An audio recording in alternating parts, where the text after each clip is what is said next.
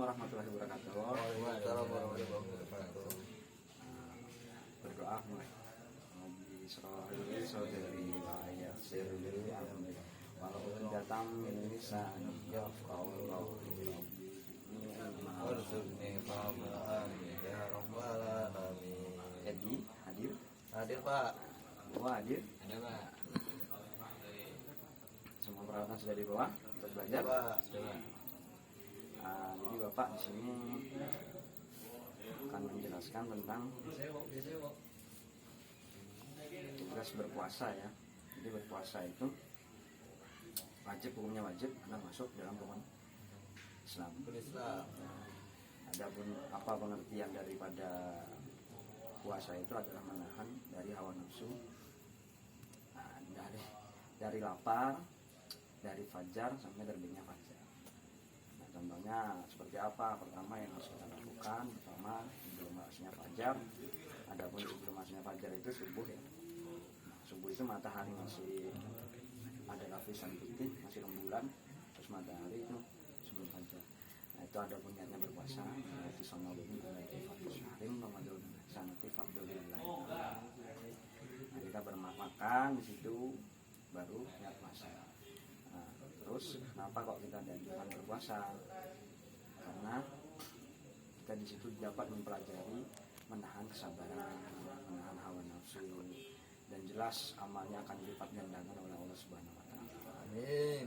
Adapun syarat-syarat orang yang berpuasa, yang pertama sudah balik. Balik itu apa ya? Kalau laki ya sudah mengujakun, terus sudah hamil basah. Nah, terus yang kedua tidak gila, paras, ya, tidak dalam keadaan haid. Itu ada syarat-syarat berpuasa. Dan yang satu lagi wajib Islam. Nah, itu syarat wajib berpuasa.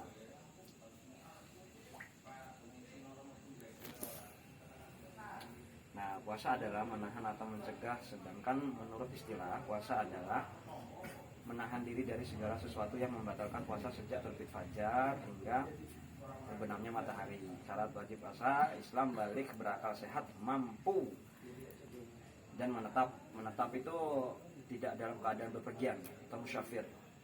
Misalkan gini, bukan berarti kita keluar rumah terus pergi ke tempat kawan, bukan gitu ya maksudnya.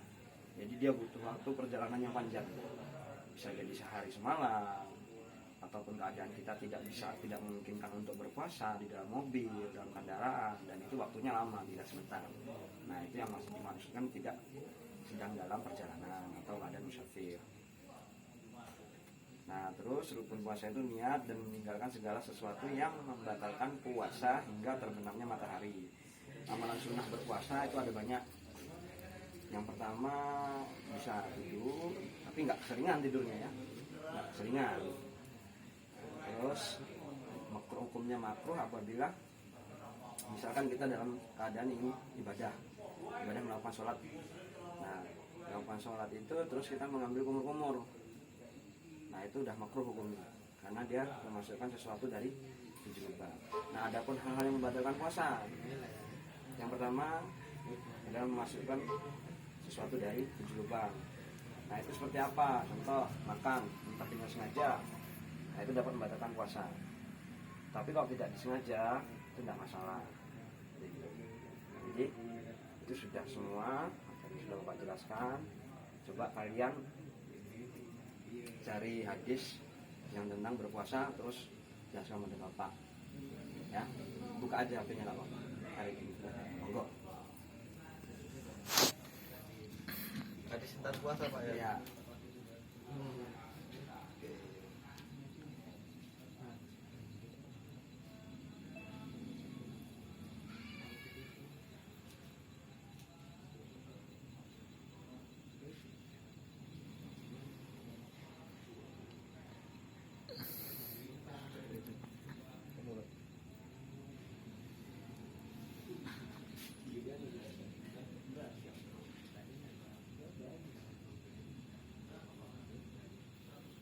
Baca artinya apa se-Arabnya Pak? Seharus sama artinya. Arab sama artinya Pak. Ya.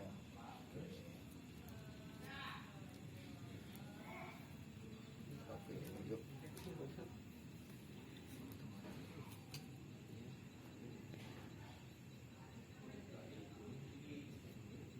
Pak.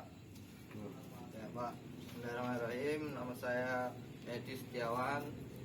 Ingin sedikit memberikan masukan mengenai hadis tentang puasa. Nah, di sini Edi mendapatkan hadis yang diriwayatkan oleh Imam Al-Bukhari yang berbunyi man soma ramadana imana wa hisaban ghufira lahu ma taqaddamu min dzambih, yang artinya barang siapa yang berpuasa pada bulan Ramadan karena iman dan mengharap pahala dari Allah, maka dosanya pada masa lalu akan diampuni. Hadis riwayat Bukhari dan Muslim.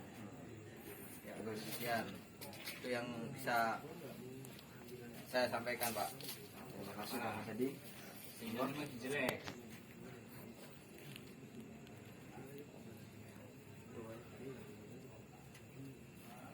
Ini Pak ada Pak hadis Namanya Bukhari, siapa? Pak. Oh, nama saya lupa. Nama saya Bowo, Pak. Oh ya. Nah, jadi salah satu dalil apa namanya tentang puasa adalah dari sebuah hadis, yaitu hadis Bukhari yang mana mansoma, barang siapa yang Ramadan, yang berpuasa pada bulan Ramadan, dia sama tadi ya. Sama. Oke, kan dulu Pak ya. Ya.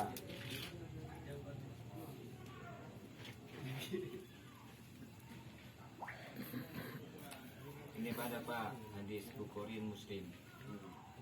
Wasoma hujatun wa idakana yauma sawmi ahadikum walayahu walayas jaba faida saatu ahadu au qalahu waliyakul inni rahmat Ramadan. Nah, jadi artinya puasa adalah perisai. Jadi puasa adalah perisai, bisa dikatakan suatu benteng ataupun perisai diri itu sendiri. Jadi ketika salah satu dari kalian sedang puasa, ia tidak boleh memanjangkan mulutnya dengan perkataan kasar atau meninggalkan suara ketika marah. Jadi seorang menghinanya, biarkan dia berkata, aku sedang puasa. Contoh, waktu kita sedang berdebat atau ada teman kita yang ngajak berantem, kita cukup mengatakan ana soimun, udah cukup, nggak usah diperpanjang lagi. Jadi begitu Pak. Nah, ini ada macam-macam puasa yang dilakukan, puasa wajib, puasa sunnah, dan puasa haram. Puasa wajib sendiri adalah puasa pada bulan Ramadan, puasa nazar, dan puasa kifarat. Puasa sunnah antara lain adalah puasa 6 hari di bulan Syawal, puasa di Senin Kemis, puasa Daud, puasa Arafah, puasa di bulan Muharram, khususnya hari Asyura, 10 dan segala macam, dan macam-macam puasa yang diharamkan antara lain puasa pada hari raya Idul Fitri dan Idul Adha, hari Tasyrik, puasa sehari sebelum Jumatan, puasa yang pada hari Syah, puasa selamanya atau puasa selama-lamanya, puasa wanita yang haid dan nifas. Nah, kenapa sih kok ada harus dianjurkan untuk berpuasa, di mana di situ adalah bulan-bulan yang sangat-sangat berfaedah dan kita harus melakukan berpuasa. Kenapa? Karena Allah meningkatkan amal-amal ibadah yang akan kita kerjakan.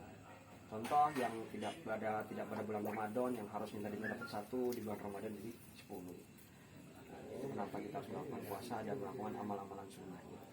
Amalan sunnahnya seperti apa? Mengaji, terus menahan amarah, tidak menggosok gigi.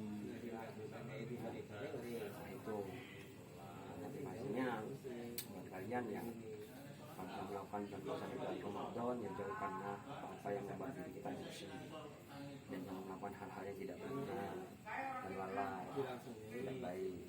Nah, mungkin dari adik-adik ada pertanyaan yang ingin dipertanyakan, silakan. Tanya Pak. Ya. Ya, di sini jadi ingin menanyakan Pak. Pak, Iya.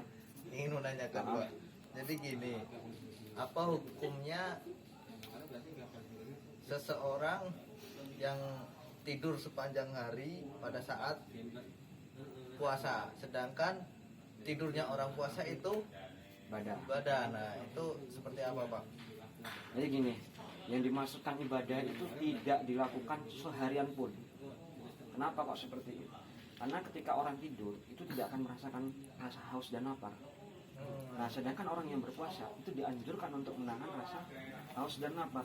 Nah, apabila kamu tidurnya dari pas sahur sampai ke buka puasa, itu tidak bisa dinamakan puasa. Gitu. Tapi lah kalau misalkan motong nih 1 jam, terus kita kegiatan berapa jam, istirahat, terus kegiatan lagi, nah itu tidak batal. Sama saja makruh hukumnya kalau misalkan 1 kali 24 jam terus kamu tidur, apa seharusnya dari pagi nahan lapar, malah kamu tidur sampai buka puasa. Lain gitu, bukan puasa namanya. Puasa ya. Bukan puasa lagi gitu. Jadi makruh, Pak ya. Makruh. Menurut Bapak makruh. Ada Mas Bo ada yang ingin bertanya? Saya Pak bertanya Pak, menurut Bapak bagaimana sih asal usul atau mulainya kok kita suruh puasa? Kalau kita lihat daripada zaman Nabi Ibrahim itu kan ada sembelih kan untuk kurban. Nah, puasa itu awalnya dari mana sih Pak? Kok munculnya kita diwajibkan puasa? Oh ya, sebentar ya. Ya, Pak. Mula dia awal mulakan puasa ya. Iya, Pak.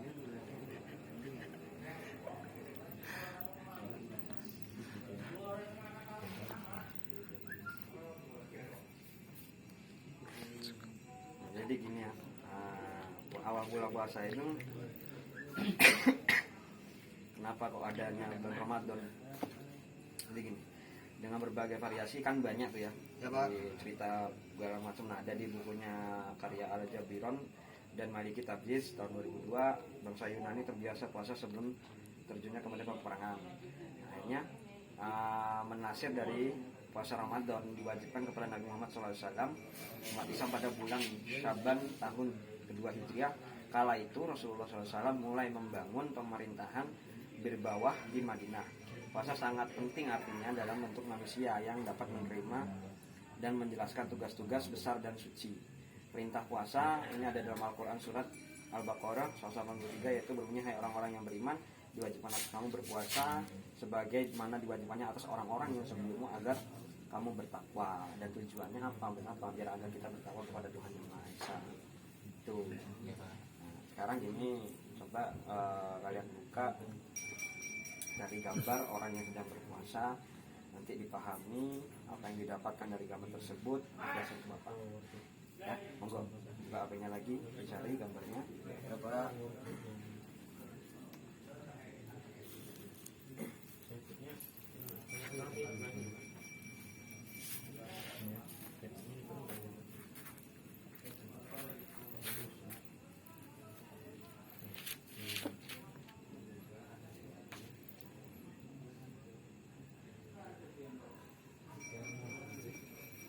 Sudah Pak. Apa? Nah, gimana? Sudah, Pak. Apa yang dapat diterjemahkan dari gambar tersebut? Ayo Mas Adi Sedang bilang. melaksanakan buka bersama, Pak. Setelah melaksanakan puasa seharian. Nah, apa saja yang bisa dilakukan ketika berbuka puasa? Yang pertama membaca doa, Pak. Doa berbuka puasa. Terus sunahnya bagaimana yang dianjurkan oleh Nabi? Memakan kurma, Nah, minum, mendahulukan minum, terus memakan kurma. Kalau ada madu kita minum madu. ya kalau ada. Ya, Pak. Dan hikmahnya apa? Dengan begitu kita nanti apa mungkin sholatnya jadi khusyuk, apa mungkin. Nah, kalau seperti itu kita dianjurkan untuk tidak makan yang berat-berat. Contohnya tidak memakan nasi terlebih dahulu. Karena apa? Kita disarankan untuk makan kurma. Karena ketika kita makan makanan ringan seperti kurma, misalnya buah-buahan, itu kan perut kita tidak terisi secara penuh. Jadi setelah kita berbuka kan tidak lama tuh dengan Jaraknya dengan ibadah. jaraknya dengan sholat isya dan sholat raweh. Nah, setelah itu kita ketika melaksanakan sholat raweh akhirnya kita bisa khusyuk. Karena apa? Karena kita tidak berlebihan saat makan tersebut. Tapi ketika kita makan dengan makanan yang berat ketika berbuka, akhirnya ketika melaksanakan sholat taraweh, sholat isya, itu pasti ngantuk, akhirnya tidak fokus dan Ya, Soalnya jadi tidak busuk. tidak perlu. Jadi seperti itu supaya ketika kita makan makanan yang ringan terlebih dahulu, makanan yang ya kayak kurma, kayak madu, cukupnya lah. Yang penting bisa membatalkan puasanya. Ya benar. Jadi benar kata yang tadi. Dan ketika kita melakukan ibadah, maka kok Rasul Muhammad SAW menganjurkan seperti itu? Karena beliau mengatakan dahulu karena setelah makan kurma, batalkan puasamu baru melaksanakan ibadah sholat maghrib. Nah, agar tidak mengantuk dan agar khusyuk sholatnya nanti baru dilanjutkan lagi. Nah mungkin itu saja materi Bapak hari ini. Dan kata-kata buat Bapak yang semangat belajar, terus berjuang, jangan pernah berhenti untuk belajar. Bapak. Pak Heri, Assalamualaikum warahmatullahi wabarakatuh. Waalaikumsalam warahmatullahi wabarakatuh.